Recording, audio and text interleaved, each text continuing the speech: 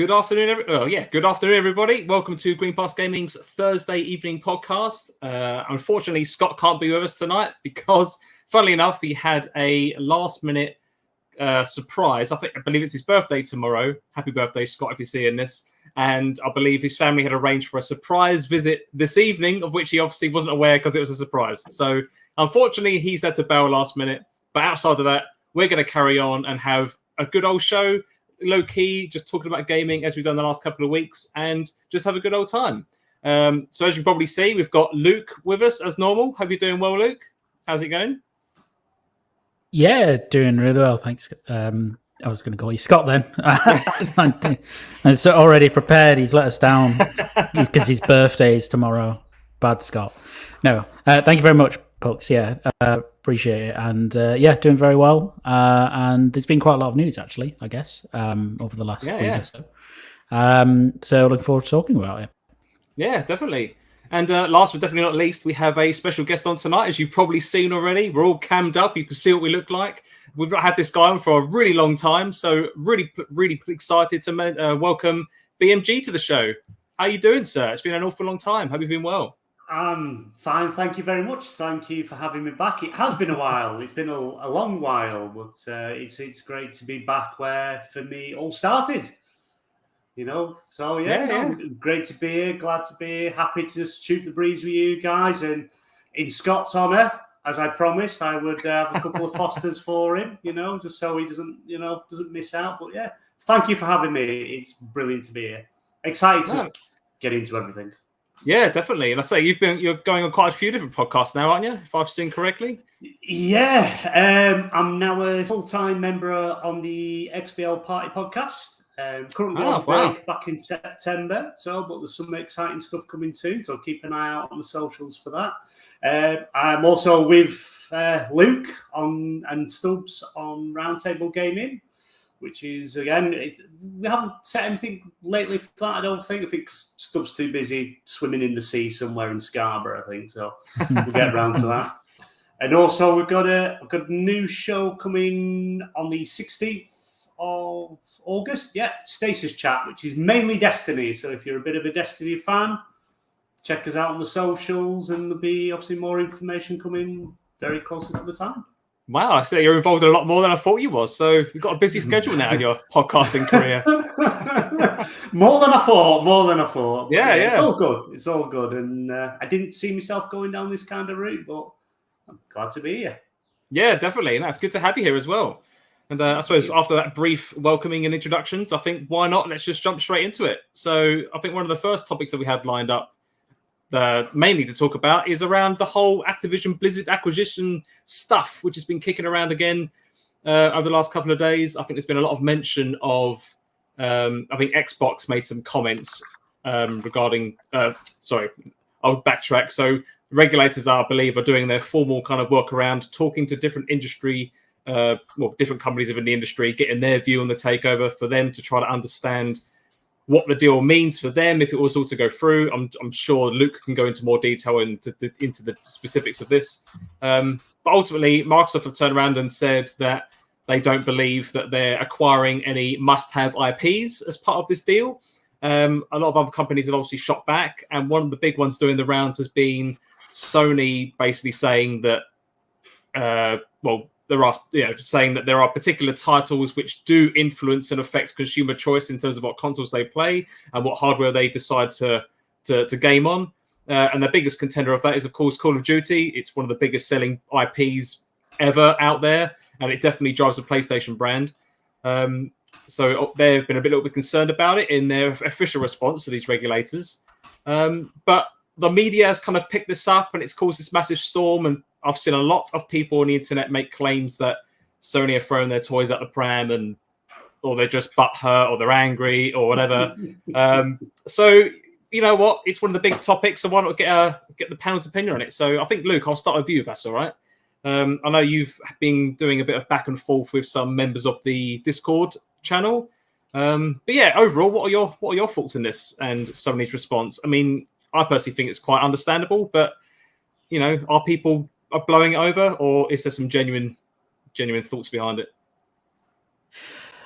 Yeah, I mean, it's been a bit weird to see it all unfold. Really, I think it's strange anyway because it's very odd that a competition regulator would publish, the opinions of interested third parties.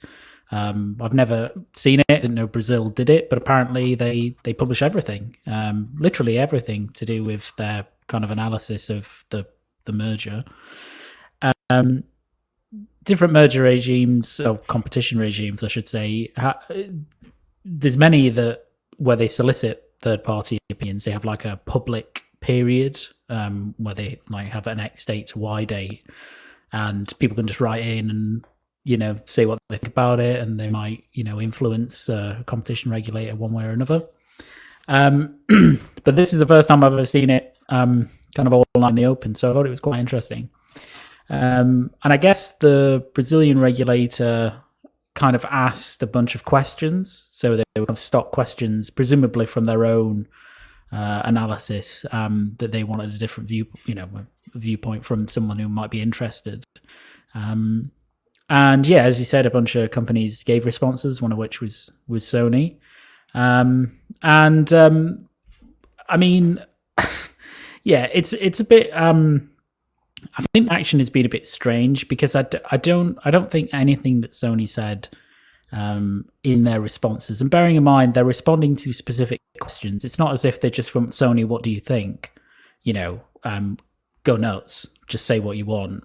They asked probably 10, 12, 30 questions. And so Sony's responses are all to these questions, and they are all they were translated from Portuguese. So we don't know how much is added to that, taken away in the translation, etc. But nonetheless, and I think pretty much everything they said, I don't think there's anything that's kind of weird or not logical in some way. And I'm surprised that, like, obviously Sony are going to be negative towards this, because if you are Sony and you're or one of your biggest rivals in the gaming ecosystem space, being Microsoft, is acquiring one of your biggest partners effectively, then you're going to pick the negatives out. Like, I don't know why people expected Sony's responses to essentially be, sounds brilliant, go ahead, enjoy. Yeah. Like, they were always going to be on the negative side.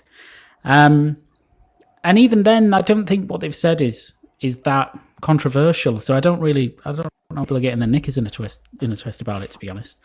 They talked about things like the things that might influence you to buy or to game on a particular ecosystem or a platform. They said the main motivator of that is available content. Don't think that's particularly controversial. They talked about how big Call of Duty is and how effectively, other developers and publishers wouldn't or can't really make an equivalent game in that space. And that is accurate, I think. Of course it is. Yeah. I mean, they gave some. I think there was other bits and pieces they talked about, but they gave an example that, a yearly Call of Duty release, they estimated uses 1,200 developers and about, I think it was 1,500 partners in marketing, advertising, etc. a year, which they rightfully said was, if you look at that, that's more personnel than some game development studios or publishers have across multiple different developers. Yeah, that's an insane number. And it's an insane number. It's an absolute insane number. And they said, look, the amount that there is hundreds upon hundreds of millions of dollars for a yearly release, right? It'll probably change in the future, but at the moment, it's a yearly release.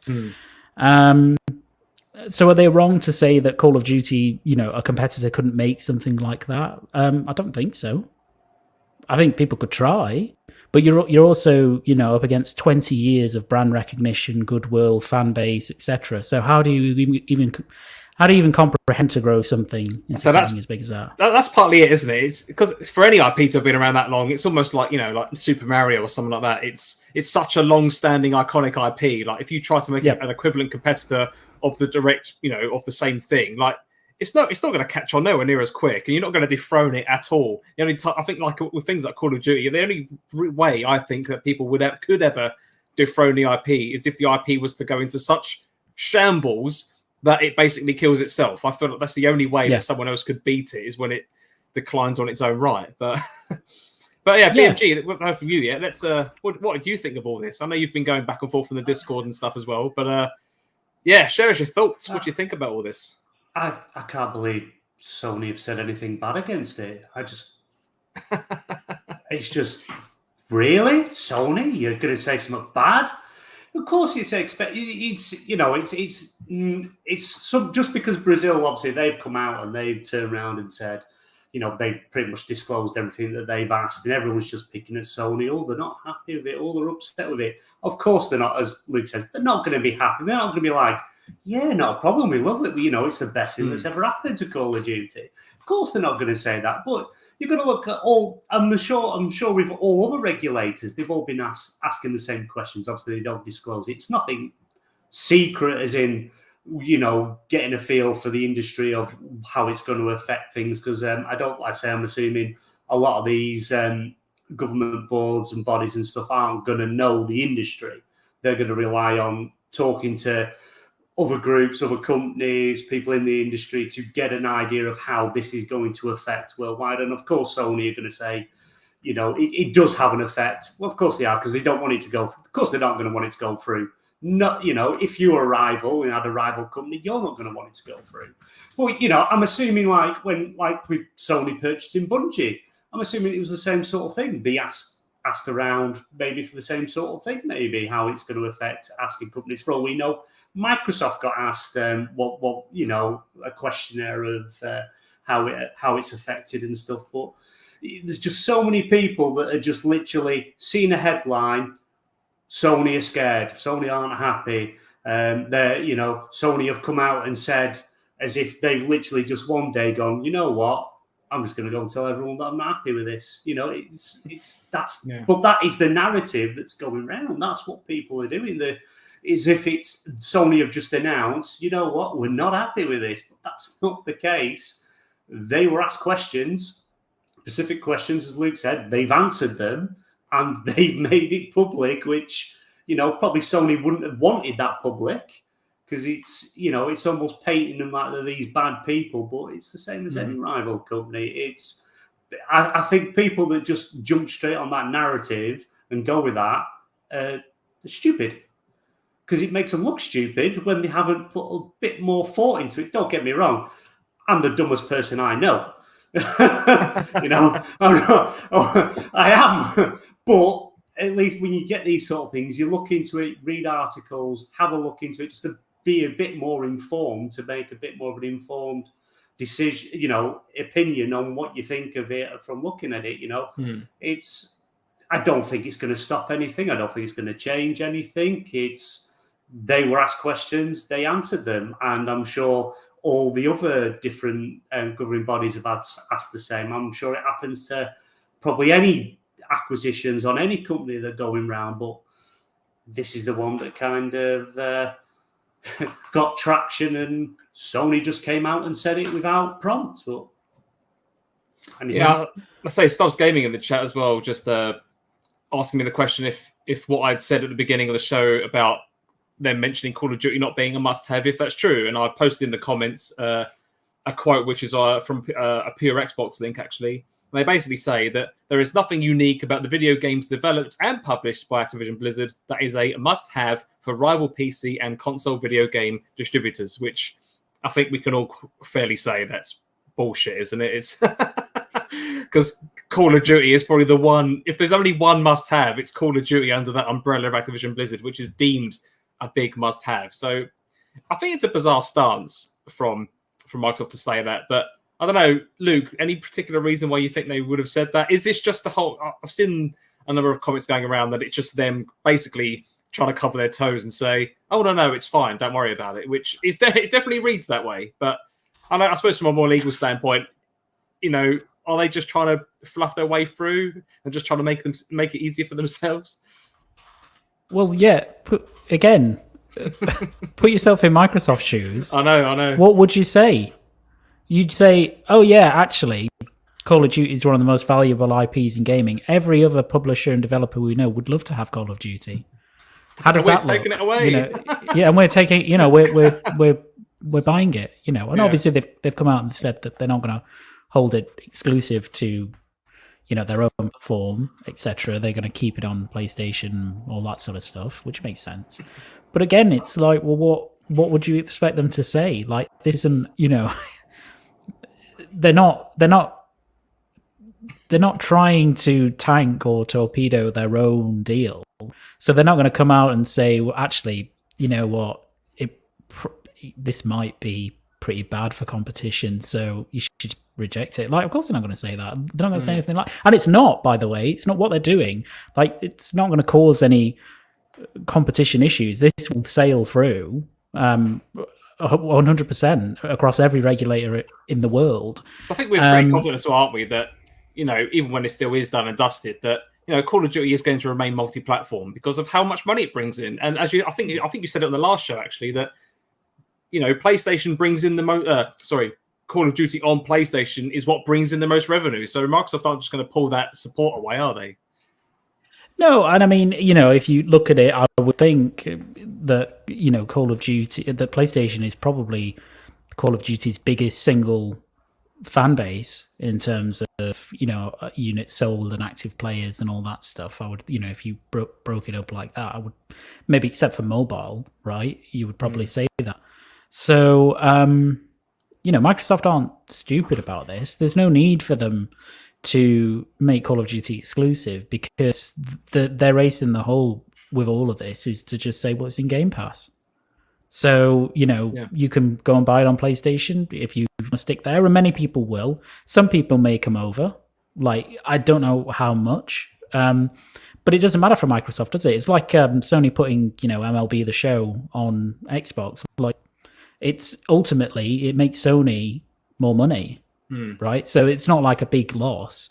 It's and Call of Duty it's the same because it's always been a multi-platform franchise, and that's not to say that other franchises won't be exclusive to kind of Xbox ecosystems, because they will. But I think, Call of Duty, and probably one of the points that Sony was trying to make, it falls into this, they said this category of its own. It's a bit like Minecraft or Fortnite or something like that, where it's kind of its own identity, its own huge identity.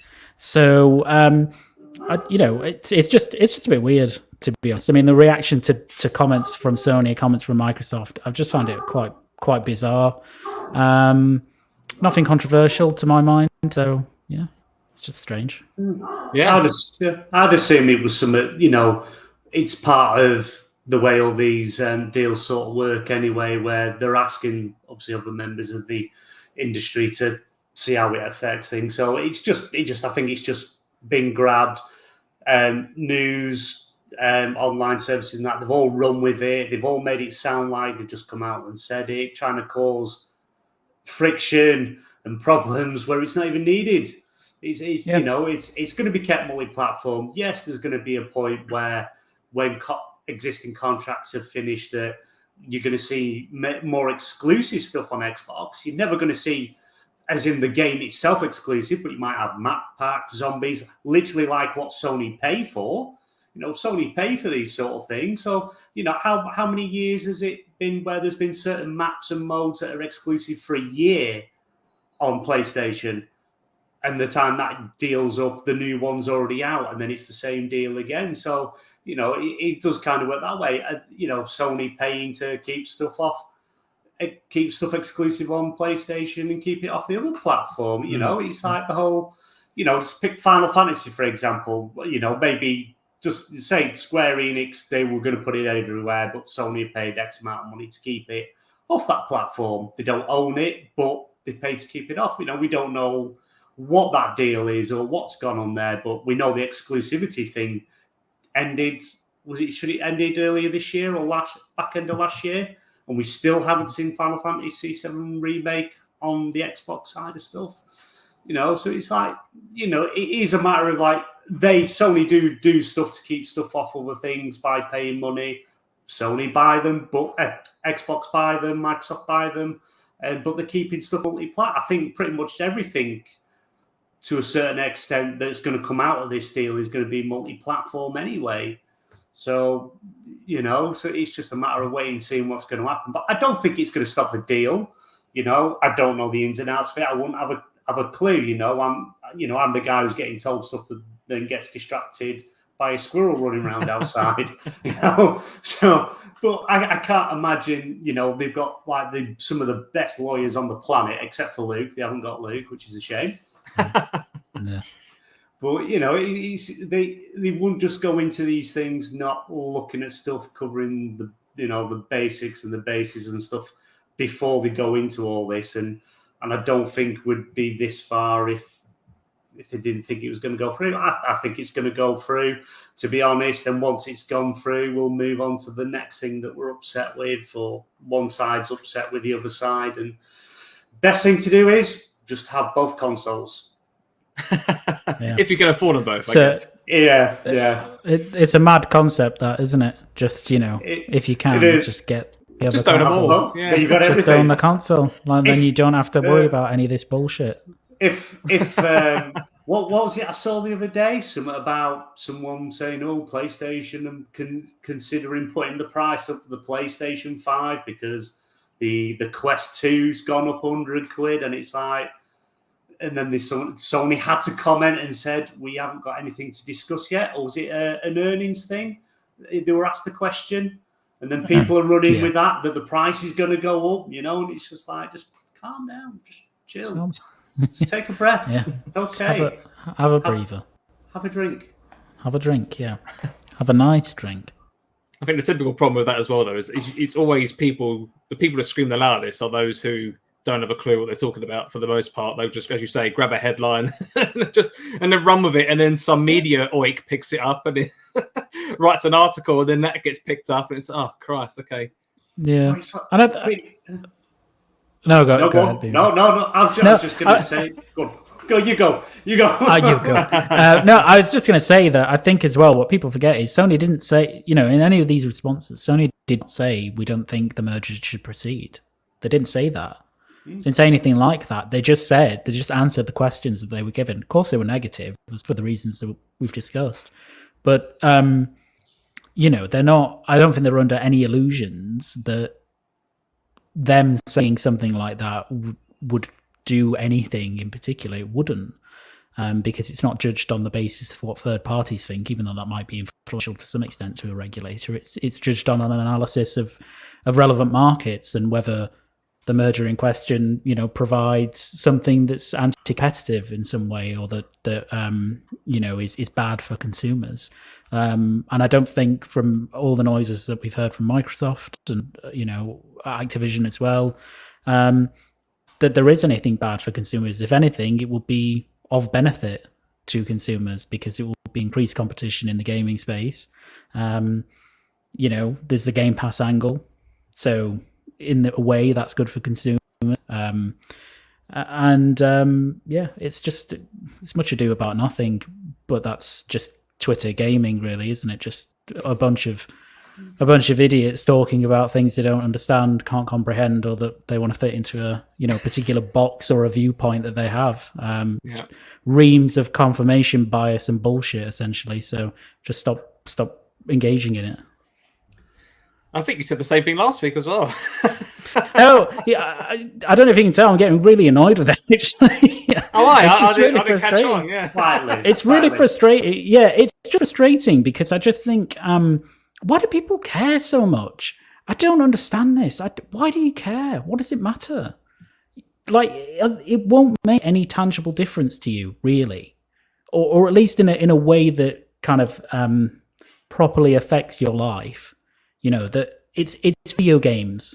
We're talking about a $1 billion company acquiring another, like a multi-billion multi-billion-dollar company, a multi-trillion-dollar company acquiring a multi-billion-dollar company that another multi-billion-dollar company isn't that happy about. Who cares?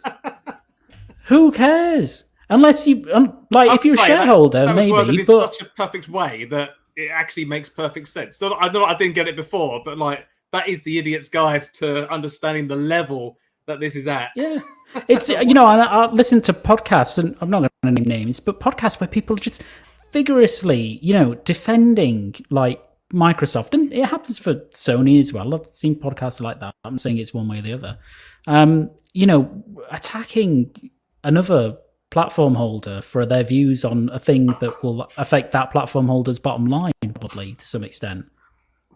If you were in their position, you would say exactly the same thing. Just and if you were in the position of Microsoft trying to defend their merger with Activision, you would say exactly what Microsoft is saying, because, it's a business.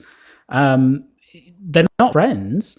They're not enemies either, per se, but there's no, if you run a company, if you're a director, who do you have a duty to? Your shareholders. You don't have a duty to anyone else. Yeah. Microsoft don't have a duty to Sony, and vice versa. So they're going to say what they think, and it's usually going to be negative vis-a-vis each other. So yeah, it's just weird. I think along those lines, something else that I read recently, which it was a nice article, I guess, but I don't know, it's almost like the way it was delivered, the one I read at least, it was just a bit bizarre. It was basically how I think Phil Spencer had tweeted a couple of days ago that one of his most anticipated games of the year is God of War Ragnarok. And because it's on a rival platform, everyone's like, oh my God, the head of Xbox's upcoming game is on a PlayStation. People can't believe it. It's just no, because I think a lot of people, it's a great game, and many people anticipate it's going to be a fantastic game and can't wait to play it. Why does it? Who cares? It's the same level, isn't it? It's it's just a person has a preference. He just happens to work as a head of Xbox. It's just who gives a shit? Yeah. I mean, I heard a discussion about that on somewhere else where IGN ran an article on that to say Phil Spencer said that his most anticipated game this year is God of War Ragnarok, and I think the sub headline was something like even the boss of Xbox is can't resist God of War or something like that. And then the rest of the article was literally just very short, talking about what Phil Spencer said. And it was quite neutral, if you want to put it that way. It was just reporting on it. And I heard, people saying, oh, it's typical IGN, always batting for Sony, stoking console wars. And I was just like, have you actually read the article? Have you actually seen what they're literally just talking about? What Phil Spencer said. It's not like it's they painted it in such an angle that it's somehow derisory towards Xbox. They didn't say anything. Phil Spencer wishes he works for a PlayStation. Yeah, exactly. He wishes he had God of War Ragnarok as an Xbox exclusive. It's just nonsense. It's just total nonsense. It's proper. It hurts my brain. Stubbs Game in your chat saying that you're making a declaration that you're definitely triggered right now. I am triggered, but I am triggered. Yeah, I am. Go for it. Yeah. Now's just the time before your holiday. Just before your holiday, gotta keep. I know. Yeah. Well, I might as well. I get it out now, and that's it. So, are you doing yourself a favour and staying away from social media, or will you be checking in every day, getting pissed off and going, "Oh no, there's a reason I know I went away." Throw the phone. No, I still I'll still check in. I never go away from it. If anything, it is quite entertaining, albeit also quite annoying. But yeah, it's just strange, isn't it? I think some people just have this need to kind of attack certain platform holders, and I think being critical of platform holders is absolutely fine, but it's when it goes into this weird defense force stuff that I just can't stand it. I just find it very strange. So BMG, do you find yourself going through this kind of similar motion in terms of social media? Seeing as we're now on the topic of it, we might as well dive in. It honestly is. It is mind blowing.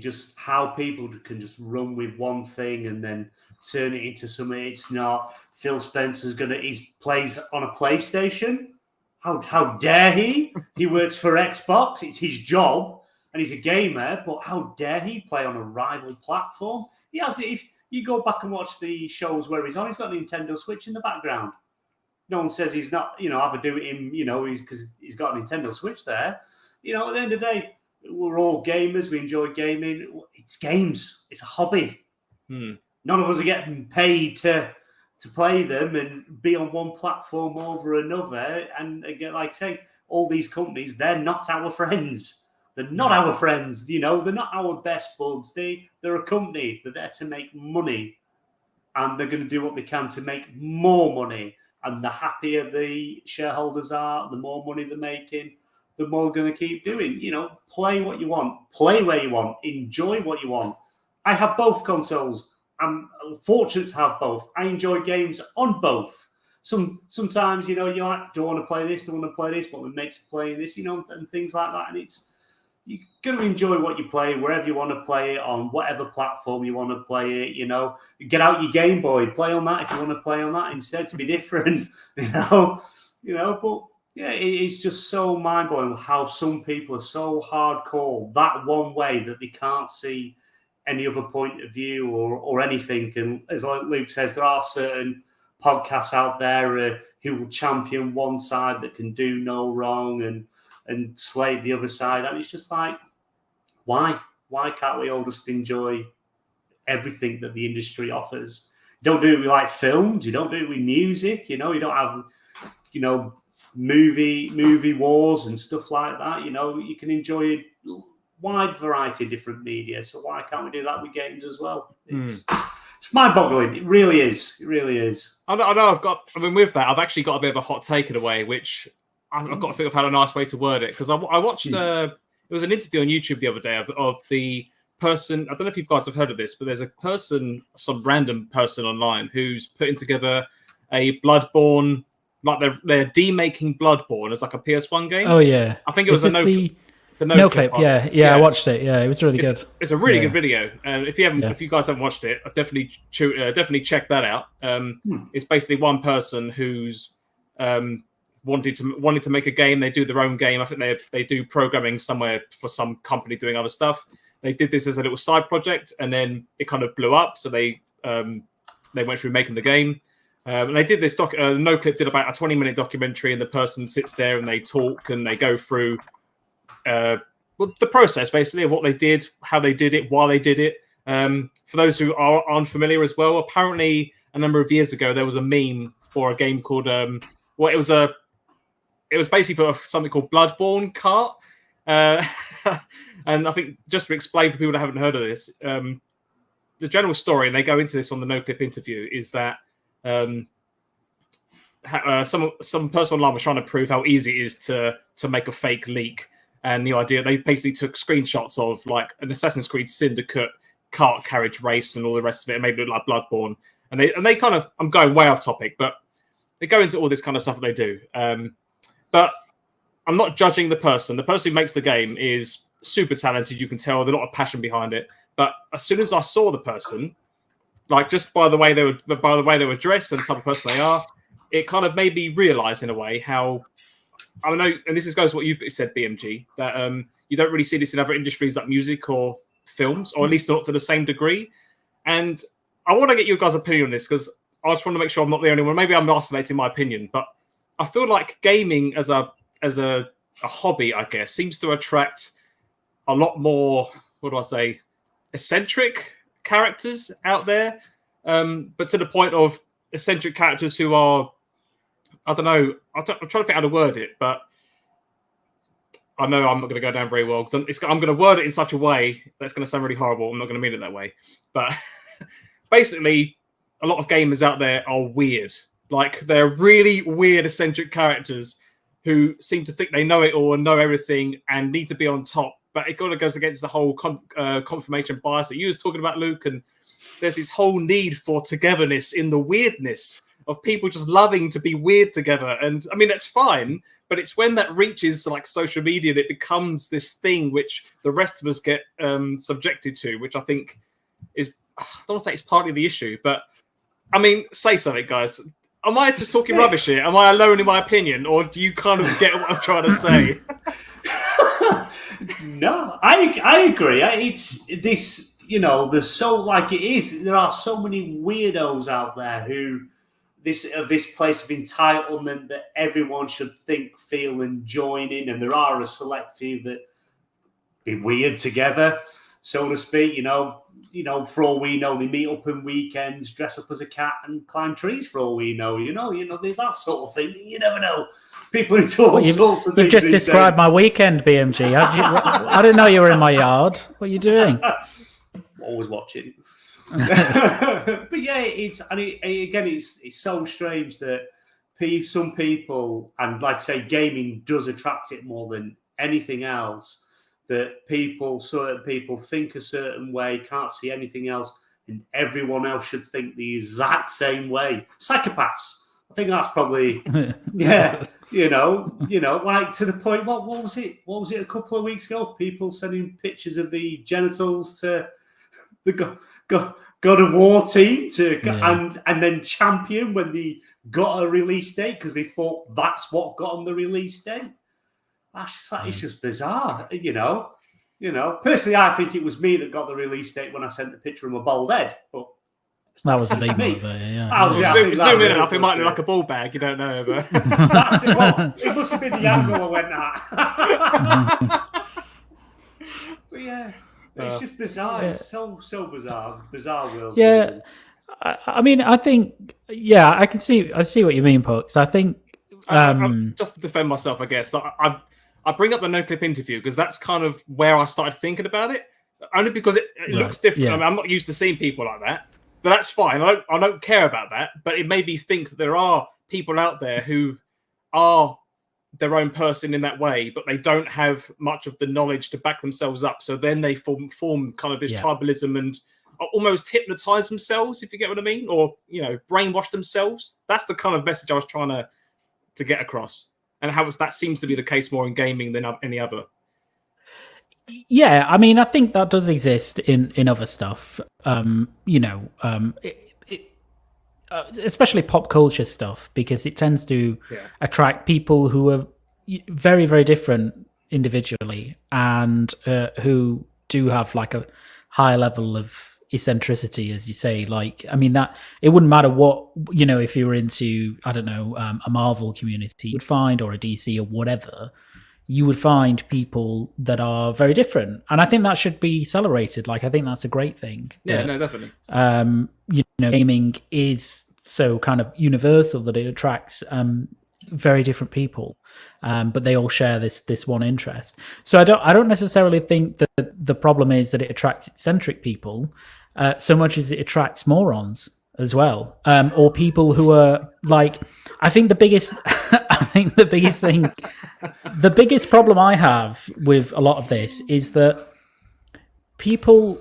I kind of find it desperately sad more than anything, because if you and look, these are like really tight kind of very, very micro communities on Twitter, etc., or on forums. But I mean, you see this more on Twitter, I think, than anything else. But there are certain people who, they make it their life's mission by the amount of tweets that they do and the amount of stuff that they talk about to, I guess, be fanboys, essentially, or to, try and aggressively put their opinion across in relation to video games. And I find that really sad, because I just think that if you're doing that, if you're putting so much energy into that, you're sacrificing energy you could put into like things that actually matter in life, things that would actually make a tangible difference to your own life and other people's lives. It's just, I just find it really difficult to grasp that people like that exist, because I think it's fine to come into a gaming community and, be positive, act positively, definitely, and celebrate games and stuff. But when you're then attacking other people, or you have a point of view and you don't understand how opinions work, and you're trying to kind of get everybody else to believe what you think, I think that's just really weird. And I wouldn't mind it so much if it was something that you were passionately believed about that could make a difference to people's lives. If it was some, God forbid, some political view or, something like that, I mean, within reason, right? But if it's something that you think will actually make a difference to people's lives, I think that's fine to do it in a reasonable way. But it's video games, like it's a hobby. I wouldn't go and take up, speedboating and then go into speedboat communities and talk about how my speedboat, was far better than any other brand of speedboat, because who cares? Who cares? No I've got a speedboat. Yeah. Who gives a shit? Who gives it? Everybody else has got a console. Everybody else plays games. Who cares? I don't care what people have to say about video games in some sense, because it's not as if I spend my night going, they made a really good point there.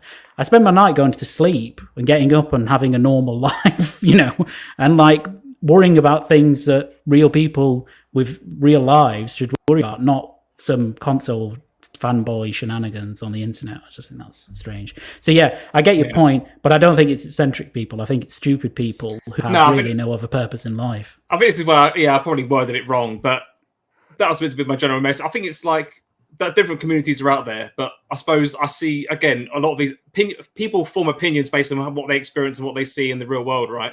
Like, if every white van man driver out there cuts you up on the road, then you associate that to be an arsehole, for example. And I suppose similarly in the gaming space, when if I see people I don't care how people dress or look or what they do, as long as they are informed and give to the community, I guess, and just be respectful and all that kind of jazz. But it's people of a certain circle who are into similar things, which also seem to form, and you said it rightly, seem to form the kind of moron bubble. And from what I see online, they all kind of congregate from similar things. And that's kind of why when I saw this interview, it just kind of triggered that thought in my mind that, that's reminded me. I see a lot of things online, and all these kind of bullshit stuff seems to come from people that are all into these similar interests. What's going on? But yeah, enough of that. Yeah. But it's literally just a matter of if people just kind of looked into things a little bit more instead of spouting off first and then realizing they're an absolute idiot afterwards, but can't take it back, so they have to keep pushing that narrative more and more forward. It's literally, it's not hard to just do a little bit of research before saying anything, and it's just, that seems to be the way this sort of industry goes with the people that are in it. It's just, you see a headline, you jump on it, or you hear a little sliver without context, you jump on it, spout a load of rubbish. Some people that follow you will then spout that rubbish as well because you said it, so it must be true. And then, you kind of then it just goes around this vicious circle. But, when I first saw, the whole thing with the Activision and Sony and the Microsoft thing pop up, and it's like, I went into it, I looked at it, I read it, seen what was actually going on, not what, everyone on Twitter or certain groups of people on Twitter were saying, that their version of what happened. And then you're like, well, okay, well, that clearly didn't happen. So, but then when you try and, if you say anything or you try and correct them, that's it. You just get piled on, you get abuse, you get insults, you get death threats. It's crazy. I've never known any sort of entertainment industry where you get death threats over a game. You've delayed the game 6 months, so I'm going to find out where you live and murder your family. It's like, what? It's bizarre. It's so bizarre that there's these, like I said, this cluster of people that it's almost like the cultists. You think this way. If not, then crazy. Yeah. Absolutely crazy. What a world we live in. Yeah. What a world. And I think it's weird because people, seem to treat gaming in some respects, or players in gaming, so like Microsoft or Sony or Nintendo or whatever, they almost treat them like a sports team, some cause to root for, which I always find really strange because, I mean, in an abstract way, rooting for a sports team in of itself is strange, but at least you can tie it to a community, something linked to your own personal life. I mean, provided you support the sports team from where you're from, etc. It goes out the window if you don't. But something like that, and it's a competition, so you try to support, a sports team and you want them to be the best because they're a kind of reflection of you in a way, or you tether yourselves to them. How can you tether yourselves to Microsoft or Sony? Like what? Because you have Windows or I've got a Sony TV or whatever. Like it's just nonsense. And why is it so arbitrary like that? If Sony and Microsoft made phones, which they both did at one point, essentially, like you would find the same thing happening where people tether themselves to a product made by a manufacturer that they root for. It's just very odd, and I don't understand it. There needs to be some sort of study done on this because I need to be able to comprehend why people do this. And I think it's fine to have preferences of things that you buy, as a consumer or that you would buy into. Of course it is. You can be an Apple fan or a Samsung fan. That's totally fine. But when you cross the line of then disparaging something else, but not just disparaging it, because you could say, I'm a Samsung fan, I think Apple products are shit. Fine. That's okay. It's when then you go to someone's like, I'm going to buy some AirPod Max, and you're like, no, you can't do that. You shouldn't do that. They're shite. You're wasting your money. It's like, why do you care? Because ultimately, it's not your money. You're not that person. You've made your choice. That's fine. So, but you don't need to defend. You don't need to do the work of corporations for them. You know what I mean? If Samsung want to try and target those people, they will through advertising, through showing their product. They might even take jibes, in their adverts or in other things against other products, right? So don't do free work for corporations. It's just bizarre. It's really strange. But yeah, I mean that's gone down a massively weird tangent. But I mean that's what this is all about, isn't it? Yes.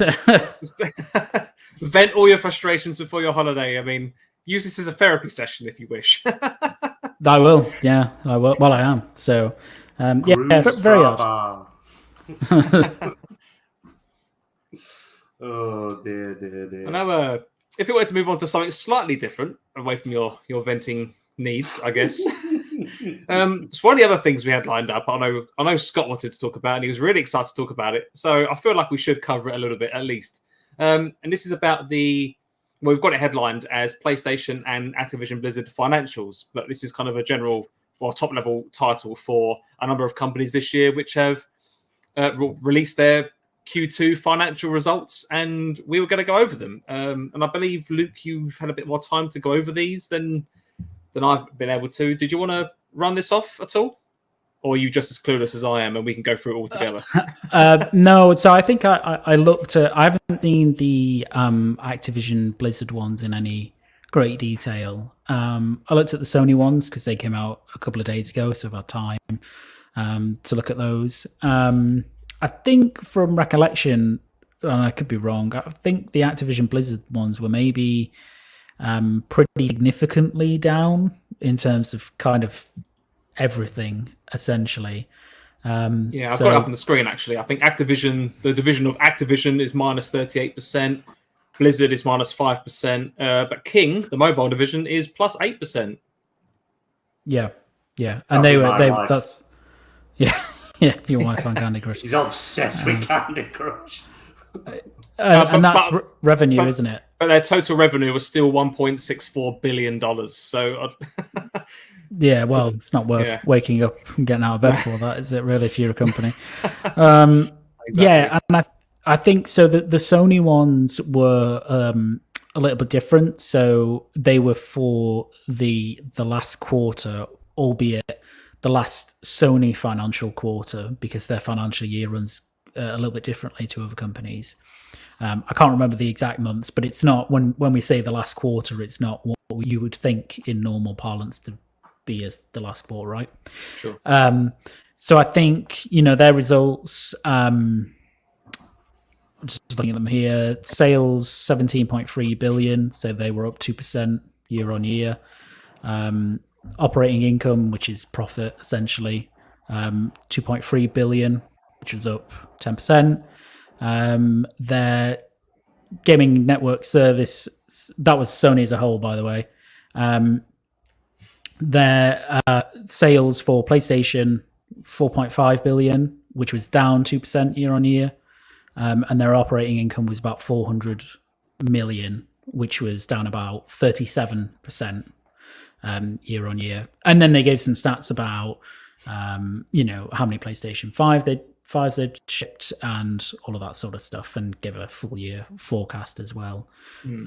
So they're not. If you want to touch on the PlayStation ones, I guess they are. The main thing you should be looking at, rather than. I think this is again a problem of reading comprehension, or of people talking about things they don't know anything about, because you would look at first of all, people don't know what operating income is, so they don't realize it's profit. And so I saw a number of people saying that, they've lost 40% of revenue or stuff, which is bollocks basically. Operating income is profit. Essentially, it's after all your other expenditure has gone, anything that you got to spend money on, and that was down 37%, which is quite a lot. Still 400 million profit, which is great by any standard. But the reason for that, they said, was that they'd had in the last quarter significant first-party development expenses, as in they'd put additional investment into their first parties. That's probably through hiring and tech and stuff like that. So they spent an awful lot of money on it. It might be it just falls at the time of year where they would typically have this. I'd have to look at the financials, but they may also be referring to things like expenditure on PSVR 2, if production's ramping up on that. It didn't include the Bungie stuff, which should come in the next quarter financials. So you probably see again lower operating income. But if you actually look, this information has to get put together, weeks if not months before, right? So I'd imagine that's probably the reason why. Yeah, it's usually at least a month before that you would prep all this stuff. Sure. Before you actually have to give the numbers out. So and their revenue is down 2%, which is really good. I think Microsoft had fairly, in the Xbox division, fairly similar results. I think their revenue was down maybe 7%, but they had good operating income and they were making headway elsewhere. It's natural that both Sony and Microsoft will have lower revenue. Of course it is. Look at the world around you over the last, 6 months. Not just, people going out and not spending as much money on, consoles, etc., but also rising, rapid inflation, expendable income is going down for most people. So obviously gaming is one of the first things as a luxury that will suffer, which is why the negative light that these financial results and Microsoft's financial results were painted in by like different fanboy groups was very misguided and again quite strange, because these are actually quite good. I would have expected revenue to be lower, maybe double digits for some of these companies. We'll get on to Activision in a minute. But they were good. They were good numbers. They'll start to rise over the next year, probably, for Sony, as they start to bring out, more PlayStation 5s, get them more into the wild. I think they're expecting the full year forecast for profit to be, for the gaming division, just under 2 billion in profit. So I don't know what Microsoft is, but it would also be very high. Again,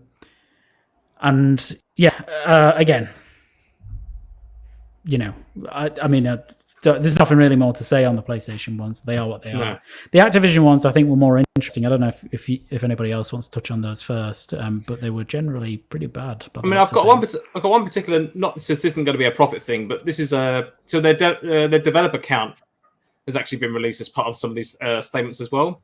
And one of the ones I find absolutely crazy is that they have noted that they've got a roughly 25% increase in developers, and how this is massive, given us this 25% of what they currently had before. And it's now saying that that their estimated total developer count is now in excess of like 11,000 people, obviously across all of the different subdivisions. But that's crazy, right? To have all of that resource. Didn't they just recently make an acquisition as well, Activision?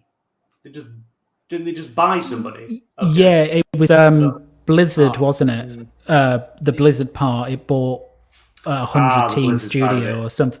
Yeah. So technically, yes, they did. Yeah, it was a studio that made Spellbreak, I think, that they built, which is about 100 people. Yeah. So yeah, and they're all making Call of Duty. Not quite, but most, many of them are. I mean, for now, yeah. I mean, the one thing I really hope when Microsoft take them over is we get developers making different games. Not just Call of Duty. That would be great. But yeah, I think that's a really interesting point, Pux. Again, it speaks to, I guess, how big Activision Blizzard are in terms of personnel, and how much resource they have to chuck at some of these games, especially Call of Duty. If you think about like Infinity Ward, Raven, all these kind of Call of Duty studios, they're all probably at least 500 developers a piece. They're huge. Sledgehammer, Treyarch, right? They're all massive. They're all huge AAA developers in their own right, making this one series, and they all kind of come together as effectively at times to work on the same game. And I think for Activision, it is probably just more worrying. I think their revenue was pretty significantly down. I think the Activision segment, as you say, was like 38% down, which would account for, effectively the Call of Duty division, as it were. King was up, but I guess that kind of makes sense that King's up. Like Candy Crush, mega popular, but also low cost of entry, lots of people playing it, people commuting back to work, all that kind of stuff, like spending tiny amounts here and there makes sense. I think another game like, was it their Crash Bandicoot mobile game, I think is doing really well. So yeah. Obviously nowhere near as big as Candy Crush, but it's a big IP, right? So amongst the many others that they've developed for sure. Yeah, for sure. But I mean, I think Microsoft will be looking at all of that in context, and obviously it's just a Q2 result. But they'll be looking at that and thinking, actually, we can really help with some of this. Like, they probably think that they can help get revenues back up again pretty quickly. And bear in mind as well that Activision have a lot. Overwatch 2 comes out in October. That will be a significant source of revenue. You've got Diablo 4 next year. You've obviously got Modern Warfare 2 coming out as well. Obviously, this is on the back end of last Call of Duty was Vanguard, right? That was the last one. Yeah.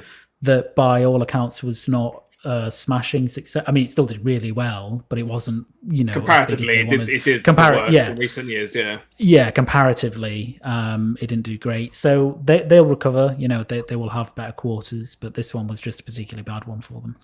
To be fair, though, they did come out before Vanguard did to say it would not be a good game. They did say it won't be as good as a game as Cold War, so they prepared us for it. It was going to be They said it's going to be shit, but you'll buy it. It's going to be shit. You'll buy it anyway. Yeah.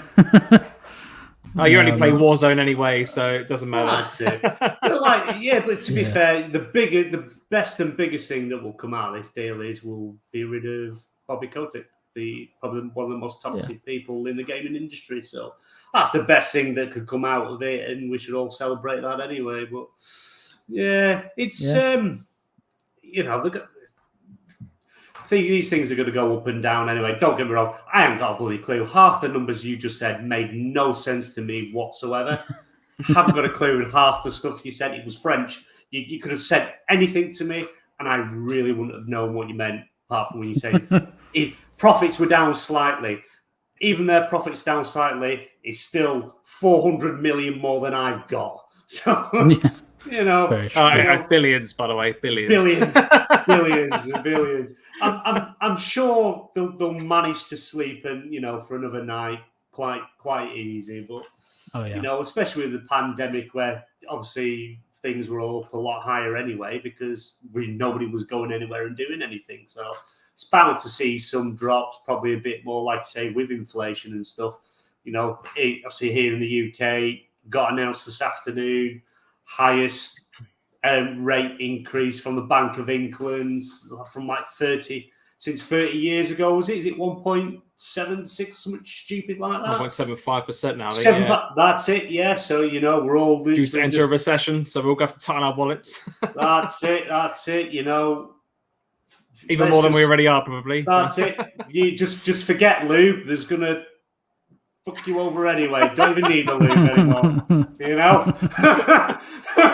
Raw and sore. Yeah. That is it. That is the saying of the day. Raw and sore today here in the UK. Oh dear. But things are going to go up and down. I do think the deal, once it goes through, things are going to improve. Things are going to get better eventually. And like I say, having these subscription services we've got now are going to make it a little bit easier to access these games without paying $70 for them. And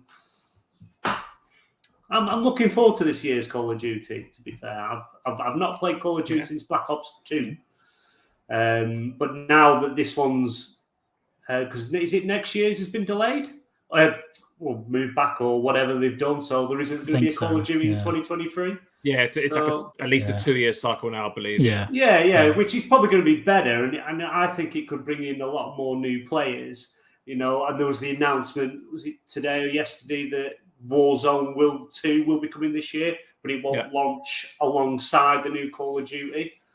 So it's one of them things. Are going to take a dip and then they're going to go up, then they're going to go down again, and believe it or not, they'll go up again and down again. It's just kind of the everything's volatile. The world's crazy. God, there's a guy in one country that all he has to do is push one button, we're all gone. Madness. We're living in maybe it's for the best. It could be, yeah. But yeah, I mean, I think as you say, BNG, they'll go up and it's a quarterly result. These companies live from game to game, essentially. I mean, they do really well from game to game, but when they have big releases, guess what? They have massive revenue and their profits all go up.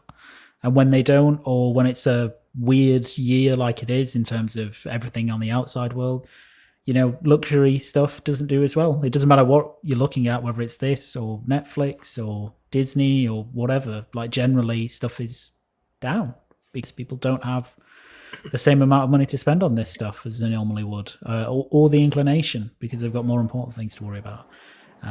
Which is shit, because it shouldn't be like that, but that's just what we live in at the moment. I mean, I think for Activision, they're in a quite good position in a way, because and I think this will hold true when Microsoft acquires them as well, which is that they don't.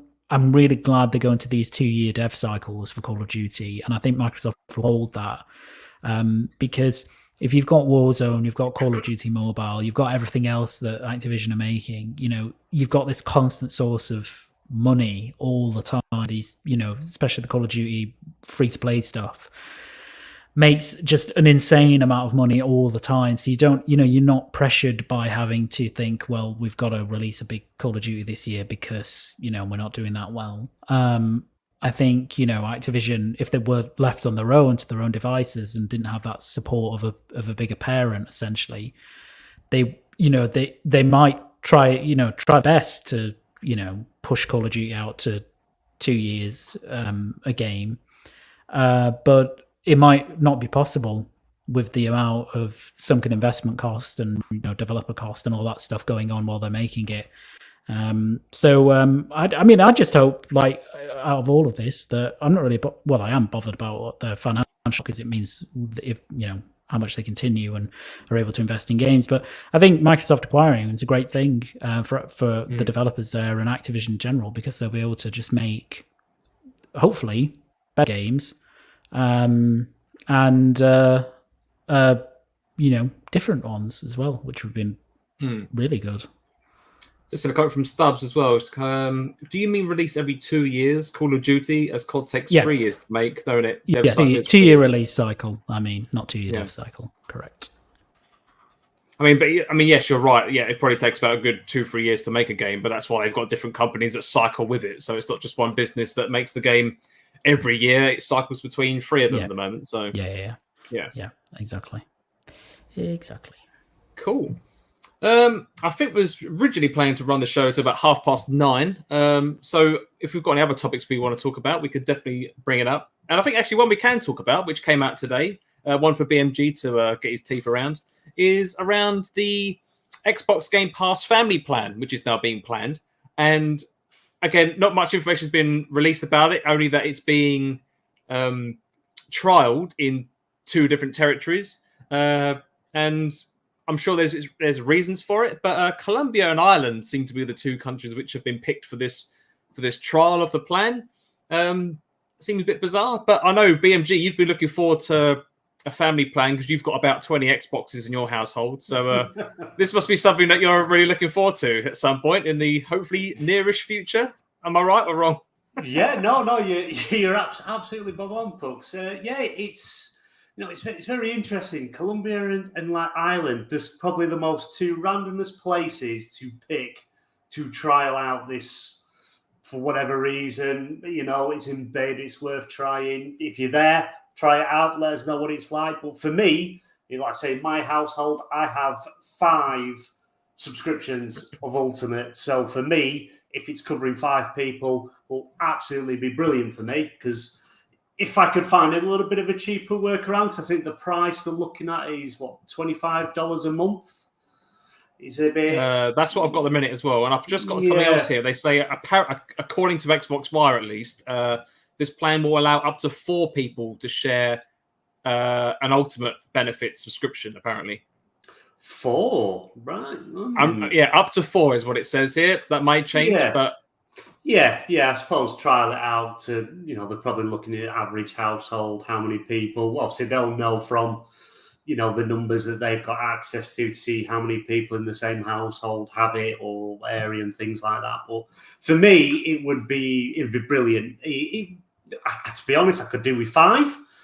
If I had 4, I'd probably have to get one to Game Share and do it that way. But, it's about time we had something like this, because obviously subscription services is becoming a bigger and bigger thing in all industries now. It's like I think because, all subscription services at the moment, you can have multiple profiles. But, I've got Netflix in the house. I've got 6 different accounts that everyone in all the different rooms have got access to. So having something like that is absolutely brilliant. I want it. This is what I need, because that would, in the long run, save me money, because it costs a lot of money, especially when the kids are arcing down my ear saying subscription's only got a few days left, and it's just like, right, okay, I'll do it tomorrow, and it's more money forking out. But it'd be nice if it was able to try here. You'd think they would go for countries where bigger populations, more people, where they've got bigger markets in, because I can't imagine. I know Ireland's population's not huge, whereas like somewhere like the UK or even so many states in America or wherever trialing it that way. But it's something I'll be having. I will be having it. I will be having it regardless. It's just how it's going to land price point. $25 a month if it's 4 people. I mean, that's only assumed at the moment, now, according to this. They've just based on some wording from a statement. Yeah. It's hard, because obviously it'd be nice if Xbox kind of did what Sony does. If say you were going to buy a year, you're getting a bit of a discount instead of paying monthly or free monthly. You get a bit of a discount by buying a year's worth. If there's some sort of offer in where you can get a year or so many months at a certain price, definitely jump into that. It all depends what it actually lands at and comes out at. But especially like a household like mine, this is something ideal. This is something that's needed. It's been needed for a long time. In fact, it would have been better if it came in the pandemic. When I had a house full of children sucking the internet's life out of it and cost me a fortune. So, a question for you then: so you say you got 5 Xboxes, but do you have 5 people that have their own accounts as well, or do you have one account for different? Oh, right, okay, wow, 5 accounts, yeah, nice. Nobody likes sharing in my house. I can tell. Yeah. So as long as I have the best of everything, pecking order and all that. Oh, definitely. You're the one paying for it, I assume. So you definitely get the best benefit, right? Yeah, definitely. I pay for everything. So it's bank of dad. But yeah, it's one of them. It's one that's definitely needed. I mean, I could have done with it ages ago. I think was it Jez Corden kind of said it was been in the works for quite a while, and I can imagine. It's easy for me to turn around and say they should have had this ages ago. It's easy, it's simple, but it's not. We know there's all the third parties they need to talk to, how they sort revenue out and who gets what. I could only imagine that's like a logistical nightmare to try and to figure out. Whereas like things like Netflix and all that, because I'm assuming they just lease it and then they can just put it out to how many they want because it doesn't affect profit wise. I'm assuming. I don't know how any of that works either. I think that's a good point because I imagine from a technical point of view, you'd have, especially with something like Game Pass, where you've got you as a user sign in and then you have a license to download anything on Game Pass, but then if you have one subscription, but then that's split over 5 separate accounts. I imagine it's the technical nightmare of how do you distinguish what account is that person linked to Game Pass? Are they valid? How are they valid? How are they validated? And then are they eligible to use certain? Yeah, it sounds like a massive technical handshaking nightmare. Yeah, because it's like getting around to it. Because they have a lot of different. Obviously, Microsoft, as from what Phil Spencer has said, they have so many different deals with different publishers and developers. Like some are profit, get money on how many downloads, or some are just off one cost for helping them put money into the game. Could you imagine, like, if you say, like, I've got these four. I've got these 4. This family plan in this house. We've all got to download the same game. Does that mean because we've all got download the same game on 4 different consoles, that company A get more revenue because there's 4 copies of it downloaded, and company B, they just got money for an offset cost. Do they get anything if I've got it on 4 consoles? I could only imagine it is just a nightmare and a headache when you've got so many different deals and with these. It sounds like a nightmare, and I'm surprised. I am surprised they've even done it. It's good that they're doing it, but I'm surprised they're actually doing it because I just couldn't even imagine. I think you've made a really good point there, actually, because I remember when Game Pass first came, a few months into when it first came out, or a year or so, whenever it was. I know there was an article with Phil Spencer and co. This is when people were first kind of inquiring as to how do other companies benefit from this, and they basically said that yes, they have a process, but it's not a fixed process. It's something that they're still working on and developing over time. And it's also not fixed for all developers in terms of how revenue is shared and how it's, sorted, I guess. So, no, that's a really good point. I imagine adding something like this into the plan where arguably better for the consumer because it's less money a month for more people. But then, how does the money side of it work? I didn't even consider that. I think it's a very good point. Yeah. Are you still there, Luke, or have you disappeared? I say, is the family plan something that you're interested in? And, do you reckon it's been too long or you understand all of the potential technical hurdles? Is this something that benefits you or what do you think? I mean, I don't think it's something that would benefit me per se. I just have one Game Pass Ultimate account. So, I just use that across PC and Xbox. Can I add, just a detail I've read, sorry. Because it says here that apparently this works with, it says whether you add friends or family. So I'm wondering if does this mean it works similar to like the Nintendo family plan, where you just have like a family group that you set up, but it could be anyone. Because I had that set up a couple of years ago. I think it might be something like that. Yeah, which would be cool. And I hope it's something like that, as you say, where you can just designate people, like someone pays the money and then everyone else just pays them. Yeah, exactly. Like something. like Netflix or Disney Plus or something like that, essentially. So I won't use it. I don't think I'd have ever have a use for it.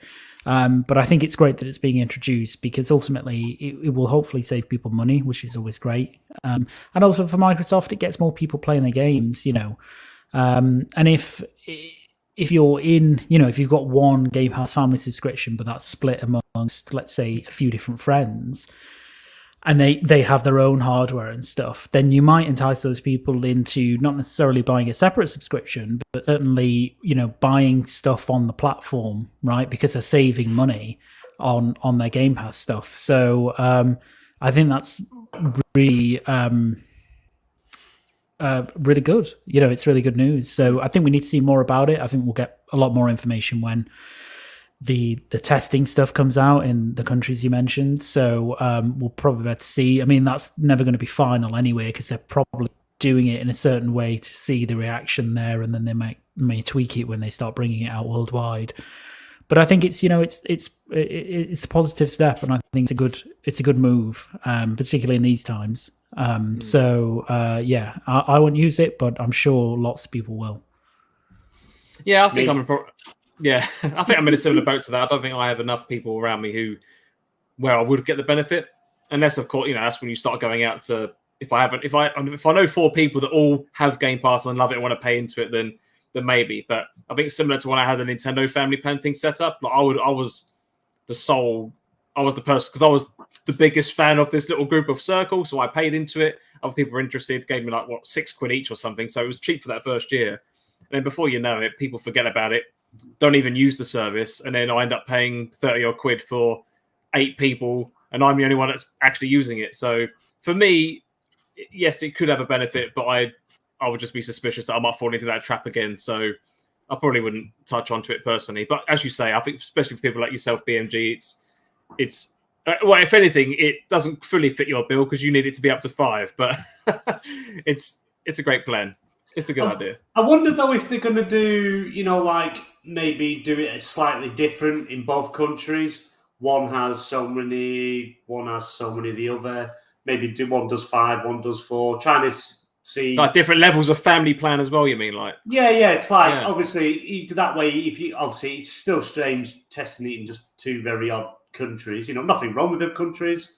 I'm sure they're brilliant, but it's like I would have personally gone somewhere with bigger populations and, like I say, do it a little bit different in the countries just to see what's more popular, what's being used more, because that way I suppose you can kind of gauge where people are at, because it's like I think kind of these days, especially in the UK, families are bigger than they used to be. I think like the average family now is like 4 children in a family.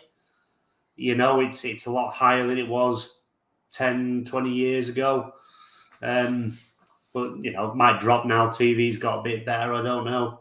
I didn't have one. See, I had 4 channels when I was younger, so it's all different these days. But yeah, you never know. I'd hope they would do 5. 5 kind of seems to be a right place for it, personally, because it's like I think gaming now in like our generation and next generation, it's like more and more parents are gamers as well as the children, and you're also seeing some grandparents that are gamers. It's kind of, we're not all just walking down the street in wearing like light blue, beige, tweed stuff and all of the kids game and things like that. Things are a bit different these days, and maybe they might offer a couple of different options. Like we have with Game Pass, you have Game Pass, you have Game Pass Ultimate. Maybe you have Game Pass Family Plan for 4, Game Pass Ultimate for 5. You never know. I suppose these are sort of different options they could look at. Yeah, no, definitely. So fingers crossed. Hopefully this. It's an insider preview thing, so hopefully it all goes well, and hopefully it doesn't take too long either. I think. To be fair, there's no view on release dates or things like that, but I think when you see things reaching the insider program, I think it's arguably a good sign that it's not going to be massively far away. So you never know; it might be by the end of the year, or it could be by end of quarter 1 next year, perhaps. But fingers crossed it comes out soon for you and for everyone else that wants to use it. I think there's only unless you guys had any other thing else you wanted to talk about in particular. I had one more kind of just little fun thing I was going to talk about regards to Halo 2. I don't know if you guys have seen this little thing regarding Halo 2, which happened early in the week. So basically, there was a speedrunner or it was, I don't know, someone online, a social media streamer person, whoever, put out a challenge to say, if it was like a $5,000 reward, and then they upped it to $20,000. And apparently after 18 years or something, it hasn't been done. So the idea is that you play through Halo 2 on Legendary difficulty with all of the skulls, I think bar 1 or 2, turned on, which basically it effectively acts as debuffs to your character. Correct me if I'm wrong, Luke. So you're playing on Legendary, which is hard anyway, and then you're activating all of these debuffs, which make the game monstrously much more difficult, and you're on Legendary. But yeah, after 18 years or so, there was a streamer called Charlie Critical White, who apparently set out, and he was the first person to beat the game under those constraints without dying, by the way. That's the final thing. With Legendary, all skulls on, and don't die. And I was quite surprised to hear that, actually, he was the first person. I would have thought that that's the kind of challenge that would...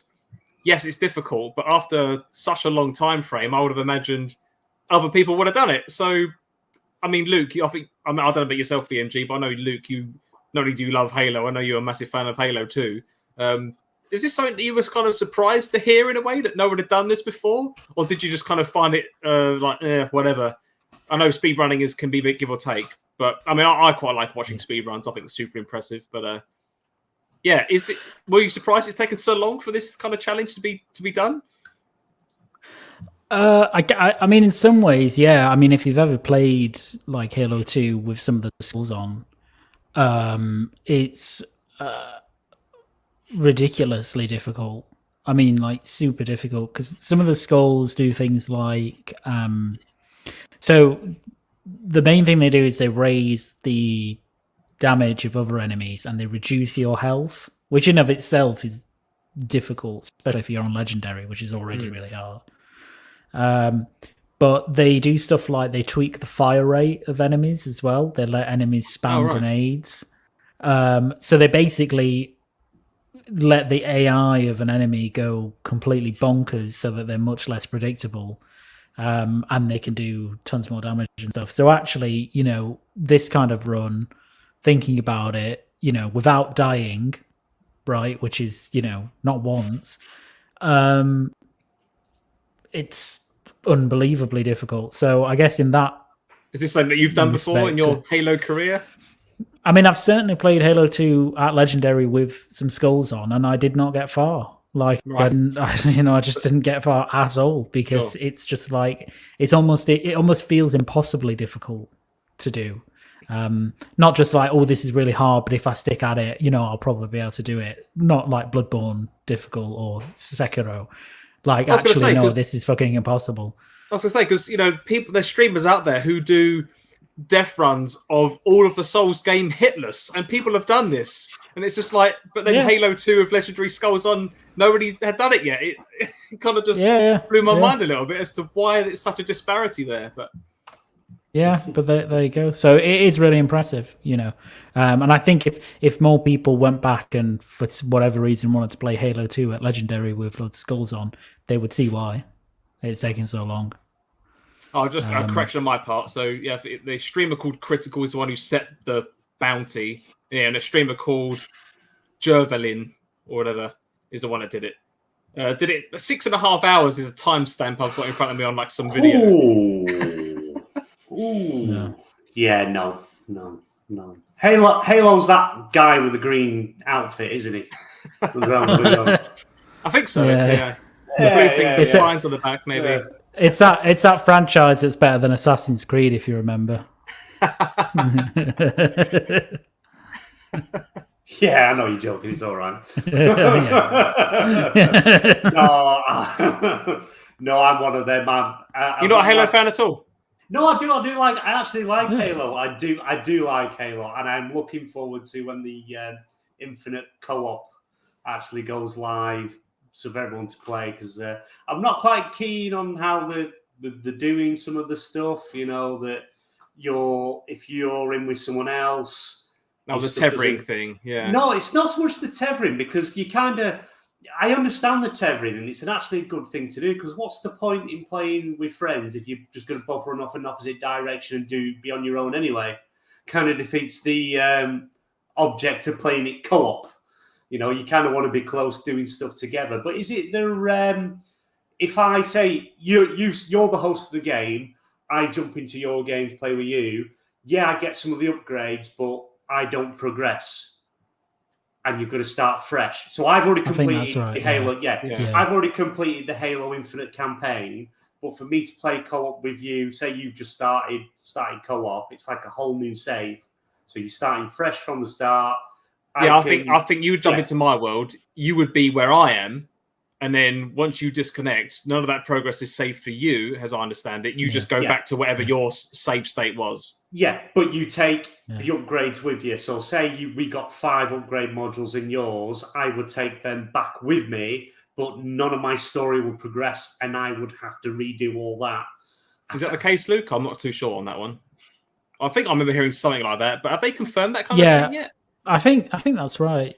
Yeah, I could be wrong, but I think that's right. I'd have to double check it, because I remember, because I was a bit confused when they were sort of like going over everything that we're doing, and I was like, I don't think I would want to play the game, but I don't think I'd want them to help someone get right through the game to the end of the game and go, oh, I've now got to start it all over again, but have all the stuff I've got, because then it kind of, I don't think that would be enjoyable. It'd be better if you could do it as you do one world, you both progress, and if you're at the same point, you know, both that makes sense. If you're both at the same save point, or you both just start a new game, then track both of you. Otherwise, that would, you know, like I complete the game, jump into your game, doesn't do anything for me because I've done the story, but I can help you progress and do the story with you, and then that's fine. But no, I think that's it. You don't, whoever you jump into, the other person doesn't benefit as in story wise and open world stuff. It's just the upgrade stuff that you carry over. But things can change. They always can. You know, it is still in the insiders thing, isn't it? So, but yeah, no, I do like Halo. I prefer Halo over what's that one called with chainsaws that nobody likes, with the ugly things that they've done 5 games on. Oh, Gears of something. Gears of War. I do prefer Halo. I'm actually watching the TV show at the moment. I'm on episode 5, I think it is. Yeah, it's not very Halo-y, to be honest, but you know, it's not bad either. I am enjoying watching it. But I don't think I'd want to spend that much time just trying to do the same bit. I think that would drive me insane. You know, I started Returnal, and I've had to leave it alone because it's just, I've died 5 times in like literally 10, 15 minutes of playing the game, and I just screamed at my PlayStation, and I had to walk away because I just thought, I can't do it. I can't do it. No. And to do a thing where you can't die once, I think that would break me. I'd lose my eyebrows. So is it a roguelike, Returnal? I think roguelikes designed to test your sanity. But it is a roguelike. I know Luke's done it. Luke's, told me, just keep at it, it's a good game and all that. But don't get me wrong, dual sense and stuff is amazing on it. Feeling all the rain in your hands and stuff like that. But I don't think I can keep playing it. Literally, you die, get a quick cutscene, start again with nothing. But then the world's changed slightly, so I knew where a gun was. I feel like you share my sentiment on the typical genre, because I think I jumped into, I think I said a couple shows back that I was going to try Dead Cells on Game Pass, which I did. And I did enjoy playing the game until about like the 5th run, when I kind of got into a similar mindset to yourself, as I have with most other games like that, where yes, I feel like it's cool to progress, but I don't know. I just think I'm going through all the same shit again. It's definitely something I'm missing. Or the game of a roguelike hasn't quite hit me yet. Good taste. That's what you're missing. Although I did like that they had like the other indie game references. Like they had the chair where you Hollow Knight save chair, and you get the nail, and then a few other indie game references in there. I thought that was pretty cool. Yeah, I think it's the game. It's the game version of BDSM. I think. Yeah, I think that's because he's punishing his self-punishment. Yeah. It's just it's a beautiful self-flagellation. Game. It is. Luke loves a beating, is what you're really saying. Then it does. Yeah. Oh no, it's not a genre for me. I probably will have another stab at it just to see if I can get any further, but it's not something I can't. I don't think I really can. I like, a game where I can just put it on easy, kill everything, look awesome, and then pat myself on the back for doing a good job. Yep, I played on easy. Fantastic. Off I go. No one's going to judge it. Baby ass mode. Yeah. That's what I'm about.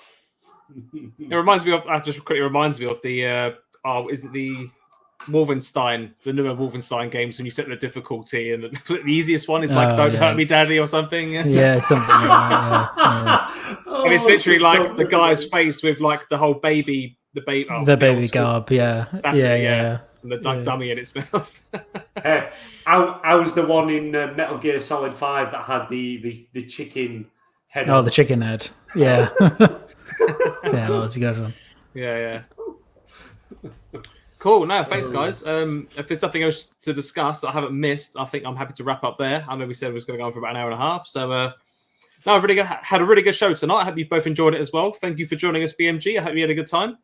Yeah, awesome. Really enjoyed it. We'll say it was great to be back here. Great to be on with you guys again. And it's always fun to shoot the breeze with you both. And a shame Scott couldn't be here. And a shame, we know Flap's busy. It would have been awesome to see him as well. But, maybe again in the future, we'll can all get together and a couple of Fosters and shoot the breeze.